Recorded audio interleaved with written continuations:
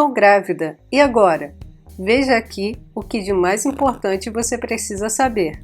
Assista até o final se você quer receber uma dica extra muito especial. Olá, seja bem-vinda mais uma vez ao Sobre Mães e Bebês. E se essa é a sua primeira vez por aqui, não se esqueça de se inscrever no canal e ativar o sininho para ficar sabendo sempre que um novo vídeo for ao ar. E no vídeo de hoje eu vou te contar o que de mais importante você precisa saber se você acabou de descobrir que está grávida. Mas caso você ainda seja uma tentante, não vá embora, porque esse vídeo também vai servir para você.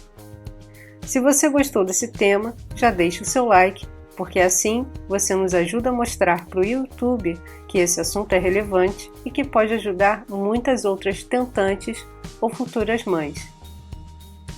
Bom, você acabou de fazer o exame daqueles de farmácia e deu positivo. Você não sabe se chora, se treme, se sua, se fica nervosa, se comemora, enfim. É um misto de emoções que podem acontecer nesse momento. E você se pergunta, estou grávida, e agora? Se você já era uma tentante e acabou de descobrir, esse misto de emoções pode te deixar um pouco desnorteado e sem saber o que fazer. Em contrapartida, se você não era uma tentante e isso tudo é uma surpresa para você, é um momento também de muita confusão, você não sabe muito bem o que sentir. Se você fica triste, se você fica feliz ou até desesperada. Por isso, antes de tudo, respire fundo e tente digerir bem essa novidade. Feito isso, o primeiro cuidado que você deve ter é de buscar um obstetra, que pode já ser o seu ginecologista, caso ele já seja obstetra, ou alguém que atenda às suas expectativas. Busque um profissional que esteja disponível para te dar suporte necessário durante esses primeiros meses, porque surgem muitas dúvidas. Outra coisa que é importante você buscar no obstetra é que os dois pensem da mesma forma em relação ao parto. Ter que mudar de obstetra próximo ao parto não é uma experiência muito legal. Outra questão que você também deve verificar é em relação às referências desse obstetra, pedir indicações de outras gestantes que você conheça ou de outras mães. Enfim, busque também referências dele na própria internet, no próprio Google. Veja o que as pacientes dele falam sobre ele. Depois de achar o seu obstetra e marcar a primeira consulta, provavelmente ele vai te pedir uma série de exames logo de cara. Exames de sangue para verificar tipo sanguíneo, glicemia, sorologia para verificar HIV, rubéola, toxoplasmose, tireoide, urina, Papa Nicolau, caso você não tenha feito recentemente, e só depois a primeira ultrassom, que deve ser feita entre a 6ª e a 7ª semana de gestação. Antes disso, o feto não está muito bem formado e por isso ele não consegue ser identificado muito bem no exame. Essa história que a gente vê na novela de que a mulher acabou de descobrir que está grávida e já fazer ultrassom e ver lá o feto, bom, infelizmente isso não é verdade. E logo na primeira ultrassom já é possível ouvir os batimentos cardíacos do feto que costumam ser bem acelerados. E você está me ouvindo falar de 6ª, 7ª semana, deve estar se perguntando como é que você descobre como é que se transforma isso em meses. Nós já fizemos um vídeo aqui no canal sobre esse assunto e eu vou deixar um card aqui em cima para você assistir, caso seja do seu interesse.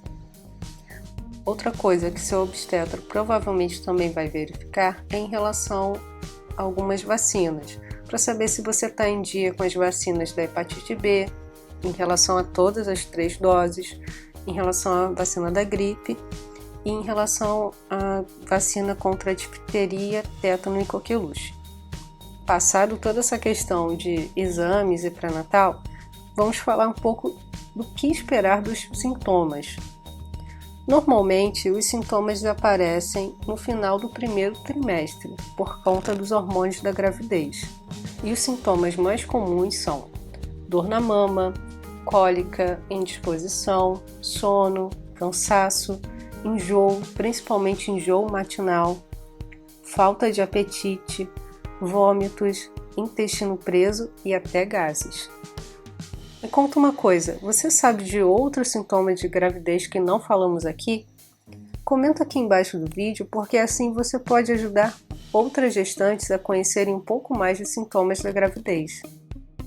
Uma outra dúvida que também é muito comum em relação a mulheres recém-grávidas é em relação a quando contar para todo mundo que está grávida. Bom, você já deve ter contado para o pai, provavelmente para alguém mais próximo que convive mais com você, como a sua mãe, seu pai, seu sogro, sua sogra, e deve estar louca para contar e espalhar a notícia para todo mundo que você conhece. Mas segura um pouquinho, espere completar 12 semanas para sair contando por aí e colocar no jornal, no Face, Instagram, em qualquer lugar que você queira que você está grávida. E por que isso? Porque normalmente todo mundo recomenda isso. Porque nesse primeiro trimestre há a chance de ocorrer o aborto espontâneo. E o índice disso acontecer é altíssimo. É uma chance a cada 5 de acontecer e ele é inevitável. Normalmente ele acontece por uma causa genética própria do embrião, própria do desenvolvimento dele. E não tem nada a ver com o que a gestante fez ou deixou de fazer.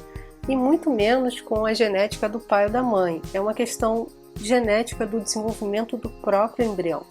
Então, nada de ficar neurótica em relação a isso, ok? Espera os 12 meses e aí você espalha a notícia para todo mundo. Estamos chegando ao final, por isso fique bastante atenta porque temos uma dica extra muito especial.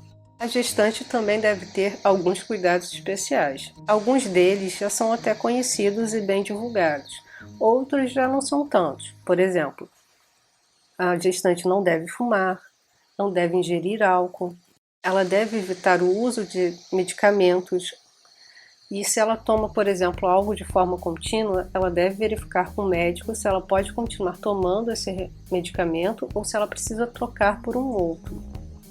Também é necessário diminuir o consumo de cafeína.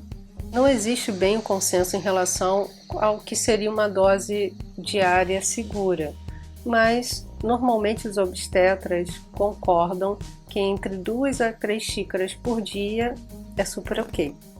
Mas é importante lembrar que algumas bebidas, além do café, também contêm cafeína, como por exemplo refrigerante e alguns chás, como chá mate, chá preto, enfim.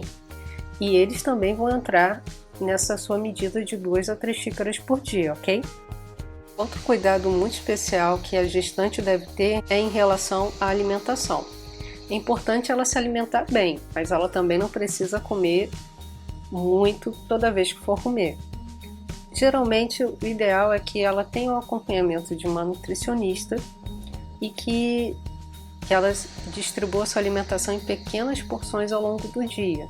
Outra coisa muito importante que a gestante deve ficar atenta em relação à sua alimentação é para que ela não coma carnes cruas ou mal passadas, alimentos folhosos que não foram bem higienizados, sushi, por exemplo, que seria o peixe cru, tudo isso por conta da toxoplasmose, a não ser que o seu obstetra, depois de fazer todos os exames necessários, ele verifique que não tem a necessidade da gestante se preocupar em relação a isso.